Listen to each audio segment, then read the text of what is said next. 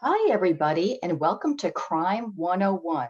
$150,000 of the reserve account is missing, so what do I do now? Webinar. I'm Marketing Manager Sherry Branson, and I'm now joined by the President of Kevin Davis Insurance, Kevin Davis. Hey, Kevin. Hey, Sherry, how you doing today? Doing great, thank you. Kevin, it's the first week of spring. March Madness is going on. There's a lot going on, and we have a great webinar for today. I'm looking forward to the webinar. I get this call, right? And I love the calls I get. It says, what happens when there's a loss? How hard it is to get the money out. It's just really difficult to get the money back. You need a lot of stuff. I say, I'm gonna do a webinar on what happens after you have a loss. So that's what we're gonna do today. Looking forward to it. Great, fantastic. And thank you again, everybody, for joining us. I did want to mention that I record all of the webinars and put them on our website, which is kdisonline.com. So feel free to listen to today's recording and all of our past webinars about all of our products. We've been doing them for over 10 years now, so we have lots of webinars for you to listen to. And if you have any questions at all about the material that we go over today, we're going to do a Q&A at the end of the webinar if we have time. So feel free to type your questions into the Q&A box. Kevin, and today, as we mentioned, let's talk about the goal a little bit. What is the main goal of today's webinar? Sure. As I was saying is that, we're getting situations where, first of all, we're seeing a lot more crime losses than we ever seen before. A lot more embezzlement, and they're getting smarter and smarter with computer theft, all the kind of ways. But we need to go back to the basics, because people really don't understand what happens when there's a loss and what is a loss. We're seeing so many different things where people think they suffered a crime loss, an embezzlement, or dishonest act when they haven't. So today we're going to answer all those questions about what happened when $150,000 is missing from our reserve account. Absolutely. We're going to go over some great information today to help everybody out to recognize when a crime has actually happened, and then what to do about it if a crime does happen, if a theft occurs. And Kevin, you came up with the $150,000 example of reserve account, the missing funds from the reserve account. What should somebody do if that does happen? Sure. Here it is. We have a board president. This is what happens most of the time. You got a board president of Happy Valley Condominiums Association. They discovered that a treasurer and manager has been stealing a little bit at a time out of the reserve account. And now the roofs need to be finished, the balconies have to be redone, and there's no money left. This scenario that we see quite often. The only difference here between anything else is that normally the treasurer and the president go to the bank together and the money is gone. They don't know who took it. They don't know anything else about it. So we're at least saying the treasurer and manager has stolen the funds. Okay, so that's a very scary situation to find out that the money is gone. And, your mind is probably racing, like, who could have taken this money? Where did it go? Who has access to the money, right, Kevin, when the money's missing? Yeah, and that's the point. We look at our first slide here. When funds are missing, you're the president of your association, and you're saying, I don't know what to do. There's $150,000 reserve account, it's totally gone. What do I do? First, you got to analyze, okay, who could have taken the money? So it's three situations where the money is gone, how it goes. The first one, you got to determine who has access to the funds. Okay, you live in a community association. Either the board president, the treasurer, or the property manager has access to the funds. Normally, this what happens is that when you confront somebody who has committed dishonest act in the past, a lot of times they admit it and they say how much they've stolen. It does happen more often than you think, or they're not there anymore. You go out there, you look, the car is gone, the house is empty, everything's gone. And you make it a postcard from Acapulco somewhere saying, hey, good luck with that one. But who has access to it? Now, with community associations, really tough, because I can say my current president and treasurer may have access to it, but that same treasurer from 10 years ago may have access to it also. So you have to be really careful about who has access to the account. Now, interesting thing is so we talked about the second one, somebody pretending to be the insured. That means somebody from the outside. It could be a past treasurer, somebody who lived there 10 years ago. It could be somebody who has access to the data. It could be somebody who hacked the system, okay? Somebody pretending to be, it's usually somebody from the outside hacking in to get information from there. Or the third way, which is our favorite way, is social engineering. Social engineering is the way of pretending to be an individual who works for the association and getting access to the money. I have an example of social engineering to share. At a trade show a few years ago, one of the a board member from a local association told me that the treasurer of her association had received an email appearing to be from another board member asking the treasurer to cut a $10,000 check to buy a painting for the lobby of that association. So the treasurer, very smart treasurer, picked up the phone and called that board member and called a few board members, and that they'd been hacked basically. So somebody had taken over that board member's email and wanted them to cut a check. Yeah, and that's what we're saying. Money's missing, what do? Who has access to it? Either somebody from the inside that you know, somebody pretending to be the insured, or somebody pretending to be an individual. Those are the three areas that you're going to say. Now, the question is, once that happens, what do you do? Absolutely. What's the most important thing to do? Because this is a very scary situation where, it's everybody's money, and the board members are responsible for the money and to protect the money. And a lot of these associations have huge budgets. So I think the most important thing is to notify the carrier, right, Kevin, right off the bat? Right off the bat, notify the carrier. And you do that by just looking at the policy. What does the policy say? The policy will say, email me the particulars as soon as possible. Or you can go to your agent, your broker, go to somebody and say, we have money stolen. And right there in the policy, I'll tell you what to do. Now, the second one is interesting. Notify the authorities if required by the policy terms. Because some policies, now ours does not. If a dishonest act has been committed, you have to notify the police, and the police will do the investigation. Some policies will say you need it has to be a conviction. There's a conviction clause in the policy that says if there's a loss, a conviction has to be made before we pay the claim. So, yes. Now, we don't have a conviction clause. We don't have notify the police clause. But these are things that can stop you from somewhere along the line. So you have to be able to know your policy, which you have, where the notification provisions at. Notify. And the following, and this is important, provide as many details as possible to support the claim. Okay, now why is this important, Kevin? Why is this aspect really important? Sure. Because what we're finding out is that about 50% of all the claims we get in for crime losses are not an actual theft. Oh, okay. So 50%, that's a huge percentage. Yeah.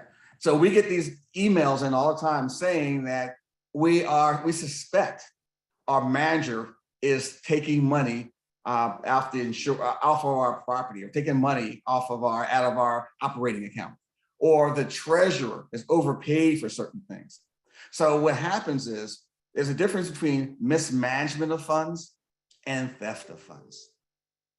Okay, so what's the difference? What's the key between the two? So theft of funds, and we'll talk about what theft is in the next slide. But right now, most of the time it's mismanagement of funds, meaning that I'm saying is that, wait a minute, there's no way in the world you're going to spend $150,000 repairing a roof. I can get a quote for $125,000. So I know you're pocketing at $25,000.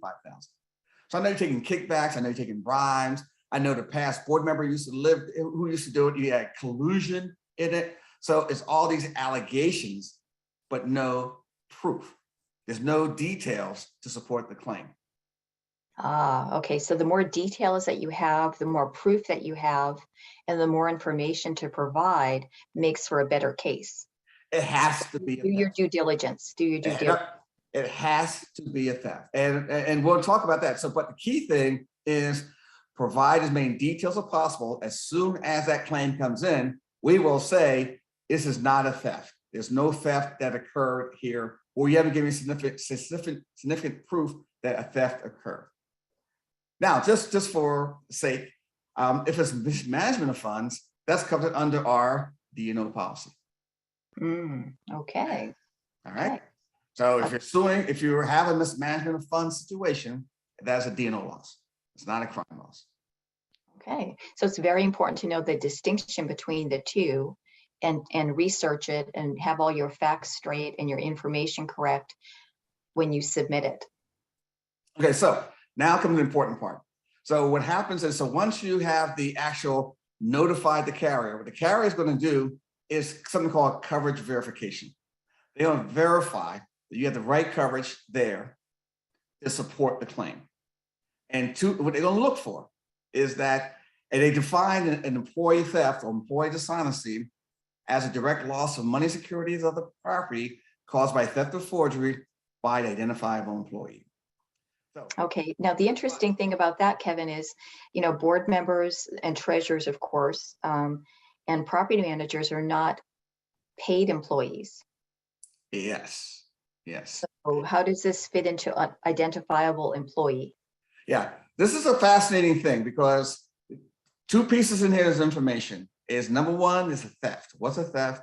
And number two, who's an employee? And Sherry, you hit it on nail on the head, because when you have a crime policy, all right, an employee is compensated by wages, salary, or commission. If you're not compensated by wages, salary, commission, you're not an employee under this policy.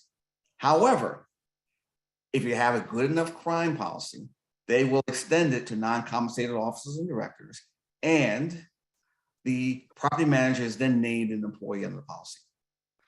Okay. Okay. And that makes sense. That would be a good Right. crime policy. So now as an employee protected, now the key term is it a theft? Is it a theft or is it mismanagement of fund? A theft is an intent to cause a loss and obtain financial gain. Okay.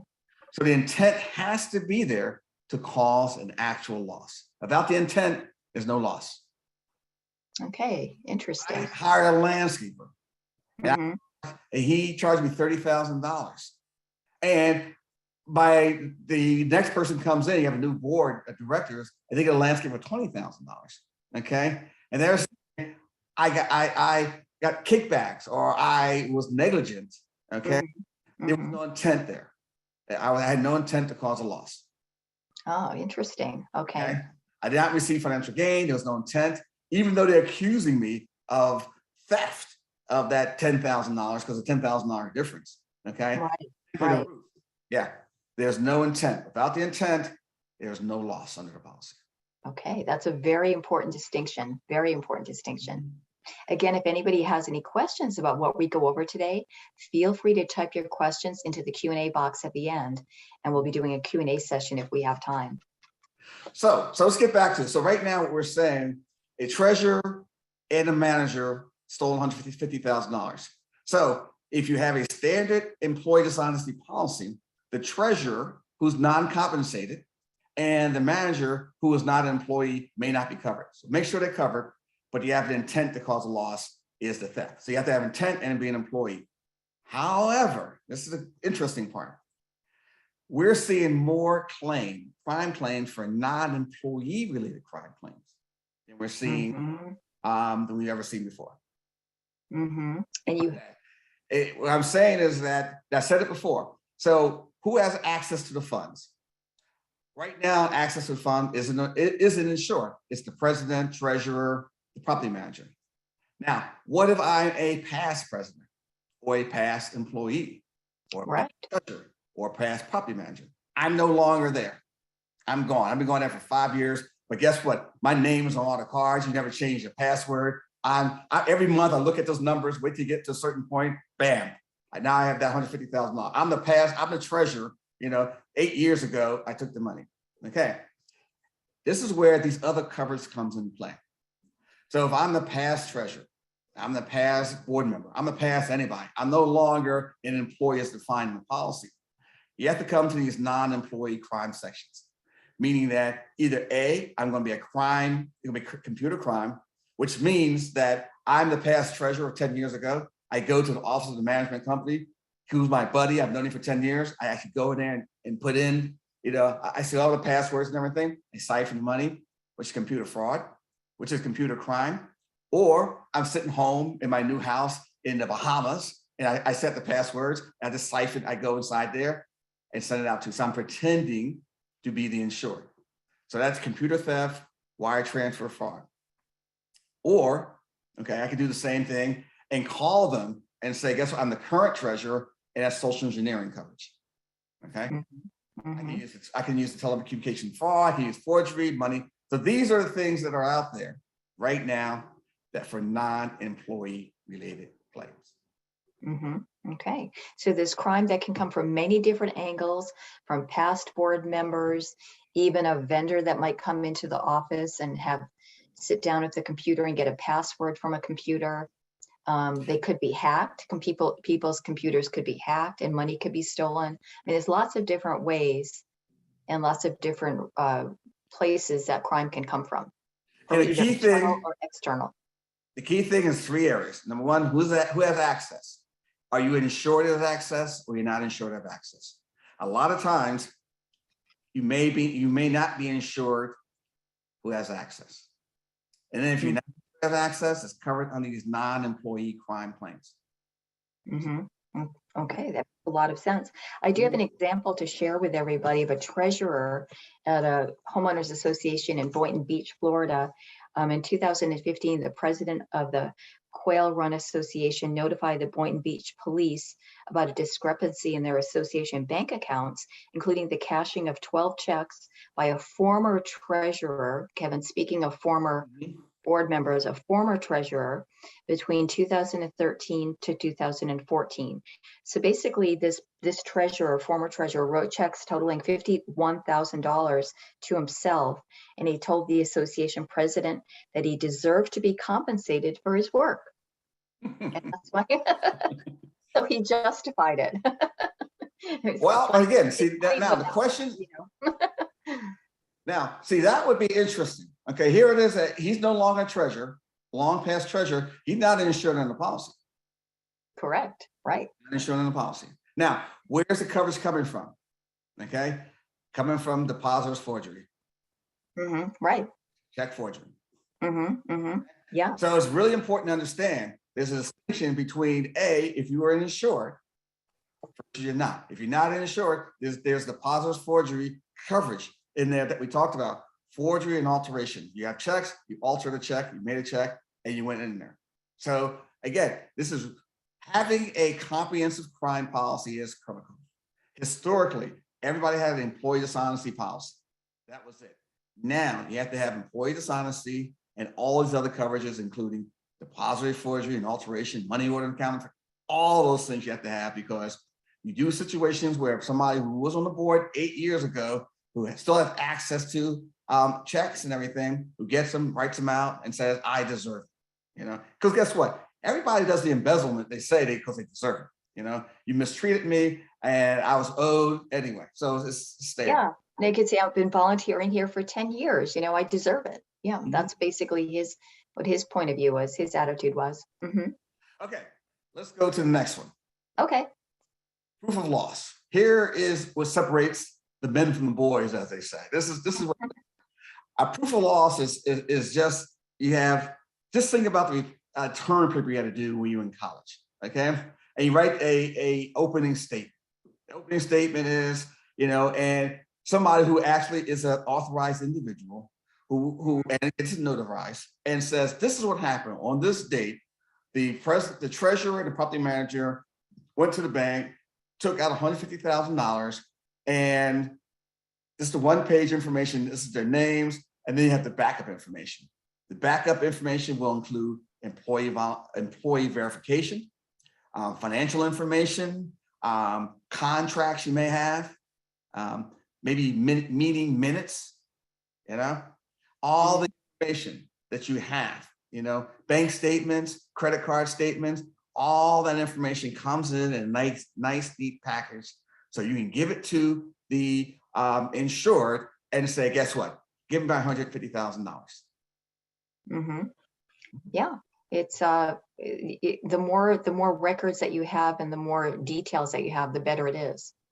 Now, the problem we have with community associations is that sometimes the management companies want to have all the data information and you don't. And if the management company is involved, you may not get that information. So this all sounds great and wonderful, proof of loss, but you may be a new board member that's involved in it, and you may not get a lot of this information. The hardest part is proving the loss and how much money was stolen, because it's hard in the community association to have all this information at your fingertips. Absolutely. Depends on who has records. Like you said, the property management company might have the records, or they may be going back many years, and maybe there aren't clear records. You know, it's research and being like a detective, basically. Yeah, it is. Like a It's, detective. it's a very difficult, it's a very difficult job because people in community associations, they are volunteers and they have lives. So now all of a sudden they look and the money's $150,000 missing.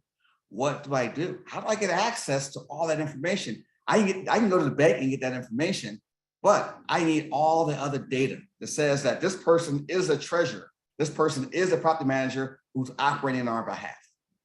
Right. It takes a lot of time. And like you said, these people have jobs. A lot of them have jobs. Some are retired, but a lot of them have jobs and they have lives. And to be an amateur detective, to have to do all this research takes a lot of time and a lot of effort and a lot of work. Yeah.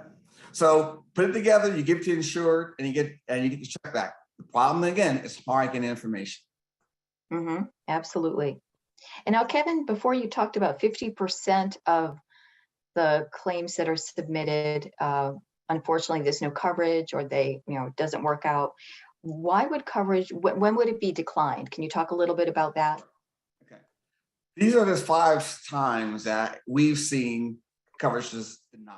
Okay. Number 1 is late proof of loss. Now, here's a tricky one. Okay. Now, it says that you have to have a claim submitted for 120 days. Okay. So you notify the carrier that April the 1st or March the 1st, we found out $150,000 missing. You have 120 days to submit it, the data. Now, no carrier out there going to say, okay, it's now a week later, 2 weeks later, you can't submit it. They may not even do it 6 months from now.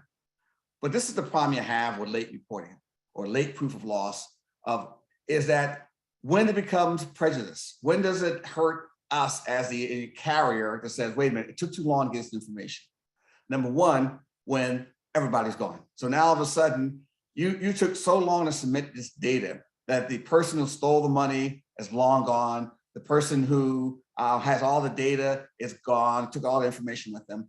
I mean, we can't do anything about it because we don't have data anymore. So the sooner you get this information to us, the better off we're going to be. Late reporting, late proof of loss is usually not generally a problem on a crime unless it's so late that you just can't get the data. The second one. Act quickly. The second one, and this is critical because I'm running into a situation now where there's a crime policy out there that's on a loss sustained basis versus discovery basis. Discovery policy has been around for 20 years now, and I don't know anybody who's doing loss sustained except for this new account. Loss sustained policy, it's different from discovery, and loss sustained is pretty simple. A discovery policy is that I went to the bank, $150,000 lost over the reserve account over a period of time.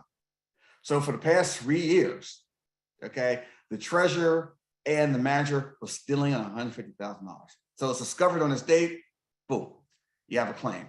A loss sustained policy means that the loss sustained over a 3-year period, we may only be responsible for this portion of it that was under our policy period. Okay. So it's much limited. Yes, very limited.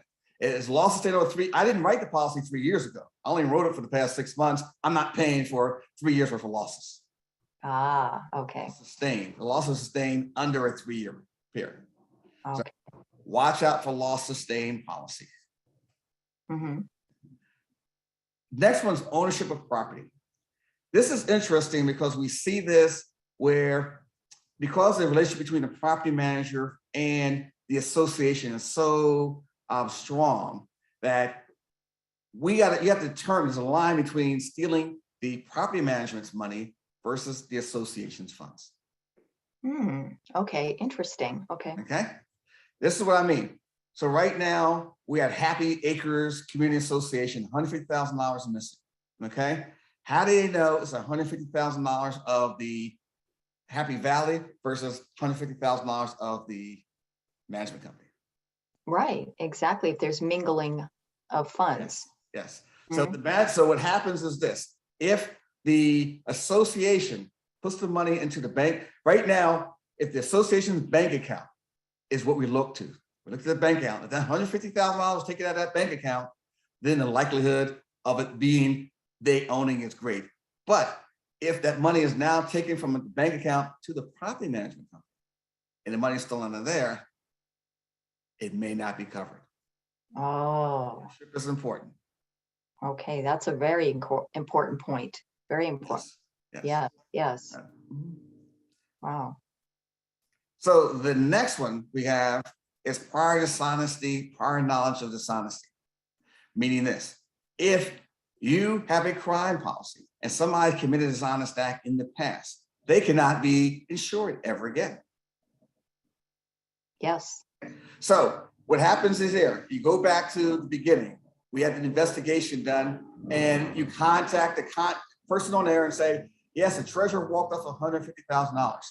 And you say, wow, has that treasurer ever committed a dishonest act in the past? And you say, you know what, man, I had to tell you, there's one time, a couple of years ago, I mean, he's been padding his expense report, traveling like you wouldn't believe and submitting it. And I didn't care because he's a nice guy. Okay. Okay. Once you commit a dishonest act in the past, you cannot be bonded. Okay. And you think about some of these community association managers out there. We know some that committed dishonest act in the past. They go from one management company to another management company, another one, because they're great guys, everybody loves them, and they want to give them a second chance. It happens a lot in religious situations. We see a lot of times where people commit these atrocities and they move on. Now, some policies, though, have a cap. So you can steal $10,000 up to $25,000, okay? So it's like you give you a pass. Some of them don't have it at all. So the key, though, is understanding that prior knowledge of dishonest act will eliminate you from the coverage. As long as you have knowledge, though, you have to have knowledge of it. Now you're not. Right. If you're not aware of it, it's not going to be an issue. Right? Well, no, I can say not going to be an issue. But if you say, yes, I'm aware they committed dishonest act in the past, you have a problem. Okay. Now you can say, I wasn't aware of it, but they also come back and say, well, you should have been. Yeah. So, and everybody else was aware, the whole community was aware. So you should have been aware. So it's the key thing is watch out for that. If you have knowledge of it, you be careful. And here's the last one that we run into a lot. When you add the management company onto the crime policy, you put his name in there, XYZ management company. When you move it from one management company to another management company and you do not update the information, and that management company steals funds, you're not insured on the policy. Wow. Yeah, and this happens quite often where associations will change property managers. They'll change it and they might not forget about the fact that the old property manager is on the policy. So I can see where this would happen quite often. Mm-hmm. So that's how this thing works.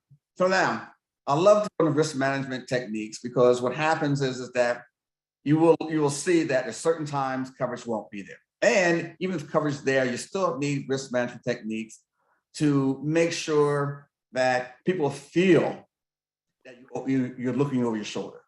If that's happened, okay, and it happened over a period of time. And why they get caught, okay, is number one, mandatory vacation policy. So when somebody's away for vacation, they're gone for a week, 2 weeks, whatever it is, they always leave something behind on their desk. For some reason, the criminals always leave something because that's how they get caught. I mean, all criminals get caught because they leave something behind and they'll leave something, either a stamp or some blank checks or something in there. So if you have a mandatory vacation policy, and again, what you really want to do with these risk management techniques is let the people know you are looking over their shoulder. That's all you want to do. I'm looking over your shoulder. I'm aware of what's going on. Okay. Now people will steal no matter what, but as long as you give the impression, the illusion that you care, they'll do it. Use effective financial oversight. You are a nonprofit board member. You have no idea how these things work, but have some basic things you want to do. Just auditing, just letting people know that you're going to review the financials, use the checking statement, that you're going to do that gives people a sense that I got to be careful. And with this example of the treasurer that was writing checks to himself, Kevin, Mhm. with financial oversight, I know that one of the things that a lot of associations are doing is requiring two signatures on checks Mhm. now. So that way there's a second person Mhm. required to make sure that, a treasurer is not writing checks to themselves, Yeah. that. Well, and you know what? It's interesting too. Historically, a separation of duties. So same person doesn't write the checks, they'll make the deposit and do monthly Mhm. recommendations. One of my Yeah. favorite losses of all time, and it happened when I was working many, many years ago. It was an insurance company called INA, right? INA Insurance, right? Well, what happens is that you buy an INA policy, you send the premium in to the carrier. Well, what the person did, his name was Gina. So you put a G in front of INA, and all of a sudden she deposited the checks. So she was Oh, investing money over a number of years, and just by doing that one simple thing. So these things that people have been doing, having a zero tolerance for fraud policy, having people understand that we do not tolerate this kind of behavior really, really makes a difference. It really does. mhm, And again, the most important thing is please have a broad, comprehensive crime policy that's designed mhm, for the associations. If mhm, you don't have one, you're gonna get hit in one of those traps that you're gonna submit a claim and you're gonna say, no, you're not gonna do it because the property manager is not named on the policy. The ownership is an issue there. You get a loss sustained policy. You have inadequate limits. You didn't pick the right coverage. You got to go with it. absolutely. Make sure that non-compensated employees are included. Really key, very, very important with the property Mhm, manager and the board mhm. members or any volunteers, or have coverage, because that would really be, that particular group is where a lot of this happens, board members or treasurers and property Mhm, managers, et cetera. mhm. Fantastic. Okay. All right. All right, well, All thank you, right. Do we have any Kevin. questions? Lots of information, and we're in our Q&A portion, everybody. I see that a question has come in, so let me see. And if you think of a question, please type your question in now so we can answer it before we end the webinar. Philip Hakopian, thank you, Philip, for your question. Philip would like to know, if the property manager takes $100,000 from the bank, whose policy pays, the association's or the property manager's policy? Let's say the property manager has no crime policy in force, then what?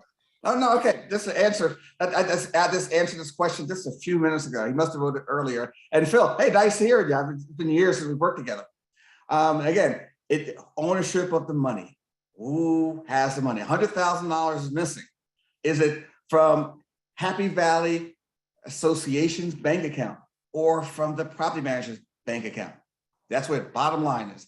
It's from the property manager's bank account, even though, again, the $100,000 could have been from Happy Valley's reserve account, but it's not in Happy Valley's bank account. It's in the management company's bank account. So it's in their bank account. The carrier could just say, that is your money, it's your responsibility. Okay? It's tricky though, because again, it's all have to do proof of loss and everything. That's why it's important to keep everything in your bank account. Once you transfer it over to the management company's bank account, then it may not apply at all. Okay. Yeah. Okay, good answer. Thank you, Philip. Thank you for your question. He did have a little follow-up there, or like another line where he said, why would the property, if it's covered under the association policy, let's say hypothetically it's Mhm. covered under the crime policy for the association, why would the property manager have a policy if there's an additional, they're an Yeah, additional okay. insured? Sure. This is why. If you have 10, let's say the property manager is managing 20 associations. At those 20 associations, most of them may not have as property manager as additional insured. So now all of a sudden, a property manager employee is going to embezzle the property management money. So let's say he's going to steal, $300,000 of 10 of the 20 associations. Well, some of them may not have any coverage at all. So now some of them who don't have the coverage will go after the property manager and say, hey, guess what? Your employee stole my money. Please reimburse me. The property manager will say, well, we don't have any money. So to protect the association's funds, Because all we're going to do is protect the association's funds. They should have their own crime policy and add the property manager name on every single time. Okay, that makes sense. Yeah. Thank you, Kevin, and thank you, Phil. Philip says thank you. Mhm. Thanks for sending in your question. And we have a question from Debbie Botts. Debbie says she would like to know if the property manager has crime insurance, does that policy include coverage for the theft of clients' money? Well, Probably okay. No, you can. There is a theft of client property provision in the policy if they want to take it. However, they don't, the property manager cares about their own money that they have. So they know how much money they have. As long as they keep the association's money in association's account, they okay. Just don't mix the money up together. Don't mingle. The bottom line is don't mingle the money, because then Once you mingle the money, it doesn't mean the crime policy will say no coverage, but you have a likelihood of creating a bigger problem for yourself. Right. It gets really complicated, and then who is this? What portion is ours and theirs, and etc. And then that would be like forensic accounting. You'd really have to dig. You really become a detective then to get to the bottom of it. Great. Thank you.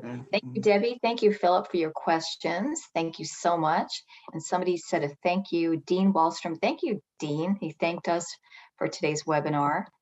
And let's see if anybody has any other questions. No, it looks like we're all set. Thank you, Kevin, for a great webinar.